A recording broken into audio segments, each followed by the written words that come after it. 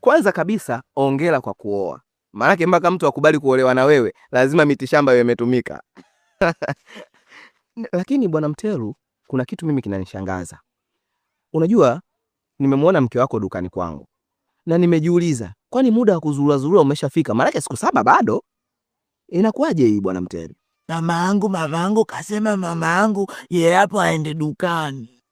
Sasa bwana Mtelu, alioa ni wewe au mama yako? Ndio, lakini mamangu kasema mamangu.